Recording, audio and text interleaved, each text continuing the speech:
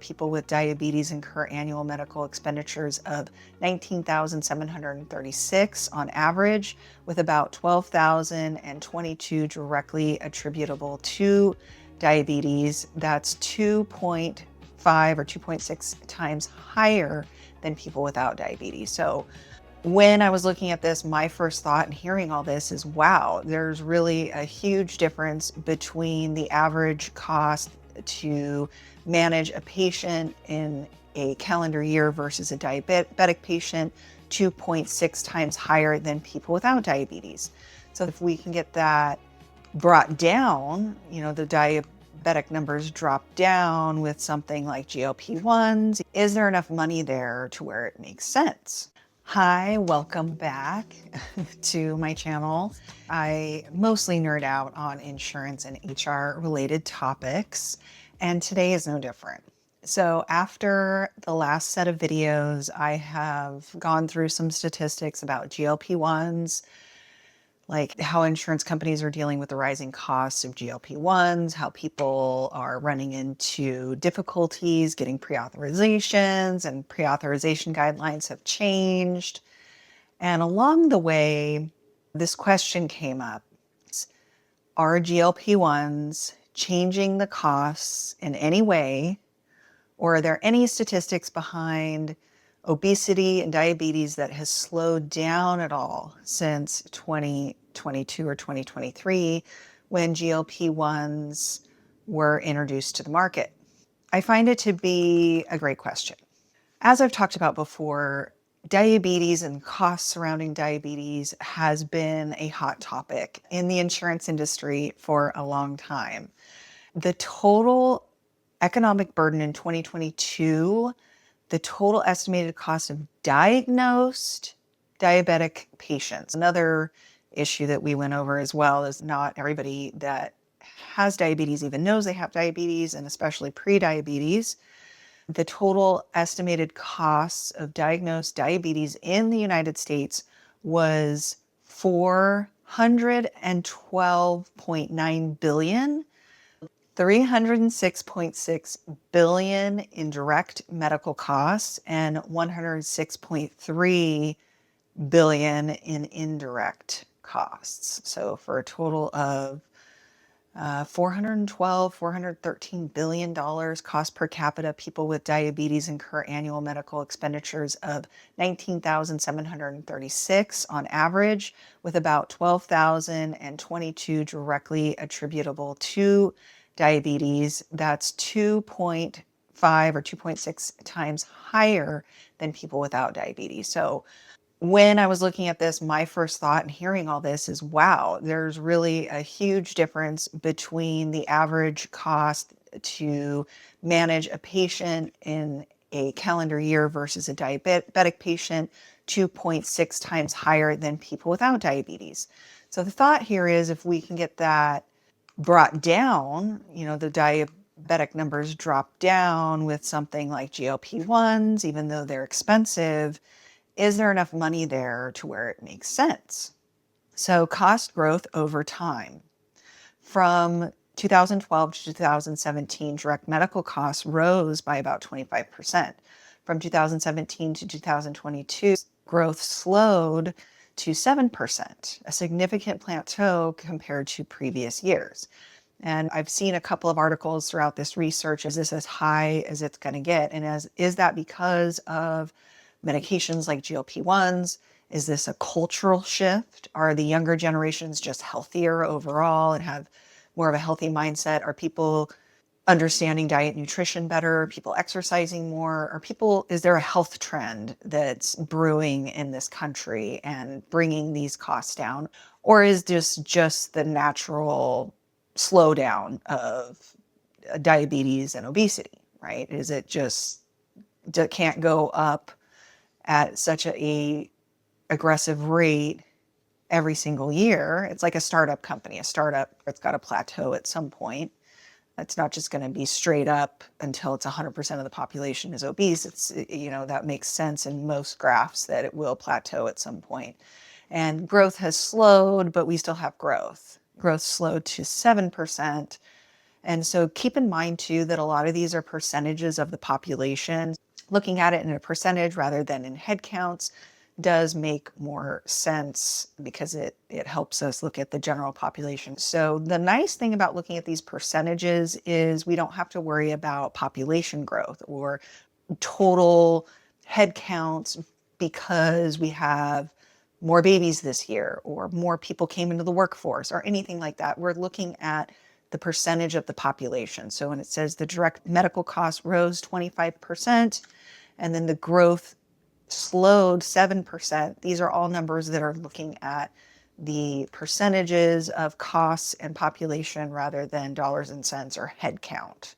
Recent plateau. So from 2021 to 2024, annual spend for diabetics increased just 11%, while spend for non-diabetics jumped 15%. Average monthly medical spend for diabetics even decreased slightly to 0.5%. So our question is, if over the long term, are medical costs going to go down with Wegovy, Ozempic, and all of these GLP-1s and other drugs that are similar?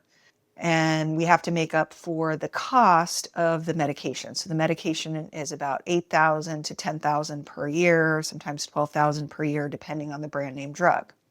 And this is a heavy expense for health plans because these drugs have become very popular over the last 3-ish years. At the same time, we want people to be healthy and we want to help people who have type 2 diabetes. And if we can help people who have prediabetes, that is amazing. And if you have to pay, let's say $8,000 to $10,000 for 1 year, and then every year after that, you're saving, $10,000 a year on medical expenses for this one person, that is amazing. Everybody, it's a win. My point is it's a win-win-win. It's not just a win for humanity, it's a win for the employee's pocketbook and the employer's pocketbook. For health plans, members with type 2 diabetes on GLP-1 cost employers $21,758 per year versus $13,961 per year who are not on those drugs. For diabetics who are not on those drugs, they're costing about $14,000 a year. And for members who have diabetes who are also on these drugs, their costs are about $7,000 to $8,000 more per year. Patients adhering to GLP-1s for at least a year saw 59% drop in inpatient hospitalization costs and 17% reduction in total medical expenses compared to non-users. Huge statistic there. So if we're keeping people out of the hospital, certainly it seems like it's worth doing. After 2 years, medical cost trends for GLP-1 users decreased by an average of 7% compared to 14% increase for similar patients not on the drugs. GLP-1s have led to 44% reduction in major cardiovascular events and a decrease in new diabetes cases among users. So as people start using the medications, if they find out they're pre-diabetic and they get on the GLP-1, there is a decrease in cases. So you don't even have to get to the $13,961 average cost per patient or per employee on that. If you can give the medication ahead of time, help the employee become more healthy, and knock the prediabetes on its butt. Cost effectiveness debate. So despite health gains, current prices for GLP-1s are not considered cost effective by standard health economic thresholds. Price reductions of 30 to 80% would be needed to meet typical benchmarks. This is because most of these underwriters and actuaries and insurance companies, they're looking at everything over a 12-month period. They are writing you a contract, writing you a deal, writing a policy for a 12-month period. So although we would love for these insurance companies to be somehow incentivized to look more long-term, the truth of the matter is they don't. They look at a 12-month period, look at the average cost, dollars and cents, money in, money out. they're not going to be looking at investing in a patient. The reason they're not going to be looking at investing in a patient is, let's say they open their doors and they say, we will take all of the GLP-1 patients. Let's say there's a revolutionary insurance company out there and they want to come out and they really believe in GLP-1s and they say, we will cover it for anyone, and they lower the standards for all those authorization pre-qualifications that we talked about in my last educational video about this topic. And they just come out and said, hey, we're going to lower it down. Anybody who's overweight or pre-diabetic and beyond, we will pay for your GLP-1 treatment, for a year or 18 months and then after that we'll cover the cost at 50%. After that, we'll cover the cost at 25%. Now, the argument against doing something like that is that insurance company knows that the moment they invest that $8,000 to $10,000, that employer or that member could leave the next year and go to an insurance company that didn't invest that money in them. These contracts are 12 months. The insurance company is afraid that you're going to come and have all these treatments with them. You're going to have your baby. You're going to have a knee surgery, get on a platinum plan, and run away next year to another insurance company and go on a bronze plan because you got everything you needed from them. So they're trying to mitigate the damages. They don't want to have to invest. They don't look at it like an investment in their people because they think you're going to leave them next year. They have to assume that you're going to leave next year. The insurance companies aren't looking at it as a long-term investment. Who could win here are those employers that self-fund. And if the CEO, CFO, the executive team is all behind these GLP-1 drugs, they think that they are revolutionary. Perhaps they believe that these drugs are a good long-term investment. Perhaps they're a company that believes that health and welfare for their employees is a long-term investment, and they have employees that stick around long-term. This might be something that those companies really consider. The CDC data, obesity prevalence among US adults was 40% from August 2021 to August 2023, showing no significant change from previous years. So this is being brought up because our original question is, hey, is there any information that we have right now that can show us that these GLP-1 medications are directly influencing obesity rates and diabetes rates? Because if we can get those numbers down, insurance costs will go down. If we can get some of these costs that are related to behaviors and diet, nutrition, exercise, and healthy lifestyle, that will mitigate these costs. JAMA Health Forum, obesity rates dropped slightly from 46% in 2022 to 45.6% in 2023. The first decline in decades. Experts suggest new weight loss drugs like glutides, GLP-1s, may be contributing to this trend. And I've also seen people argue that it is cultural. It's not these medications, because again, correlation does not equal causation.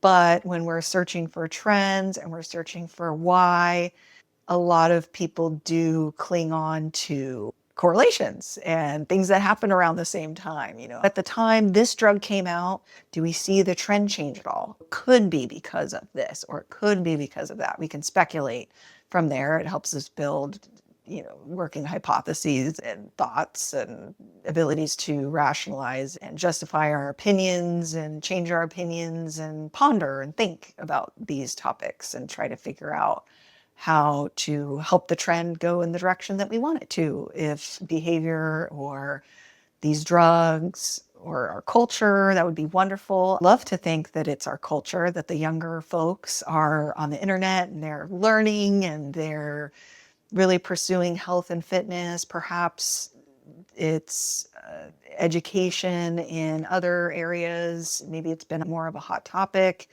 and people are really understanding more about diet and nutrition, and that food is very important and food does drive a lot of our weight and how we feel, depression and anxiety, and so on and so on and so on. Obesity rates dropped slightly from 46% in 2022 to 45% in 2023. So that's about the time when GLP-1s came out. So that is the first decrease that we'd seen in a long time. And people were looking at this. People are really wanting to find ways to bring the costs down. And I think good employers are really looking for ways to help their employees become more healthy. We've tried wellness plans, biometric screenings, coaching. It's been a hot topic for at least the past 15 years among employers in HR. And it really takes a lot of effort. It's a lot of effort on the employer's part to promote wellness programs. I have seen a lot of companies throw a lot of money in these directions to try to assist their employees in becoming more healthy. Because not only does it make sense from a dollar and cents perspective, it also makes sense from a productivity perspective. People feel healthier, their minds work better, they tend to make better decisions, they tend to sleep better, which means they get along with their coworkers a lot better, less mental health issues. Insurance has not been shown to help with mental health. That's what I was going to say. That's what my brain was. Anyway, fitness and exercise, diet, nutrition have been shown to help with mental health, anxiety, depression, so many different areas. And so many employers are well-intentioned and do throw a lot of money at this to try to help their employees that are ready to make a change in their own lives.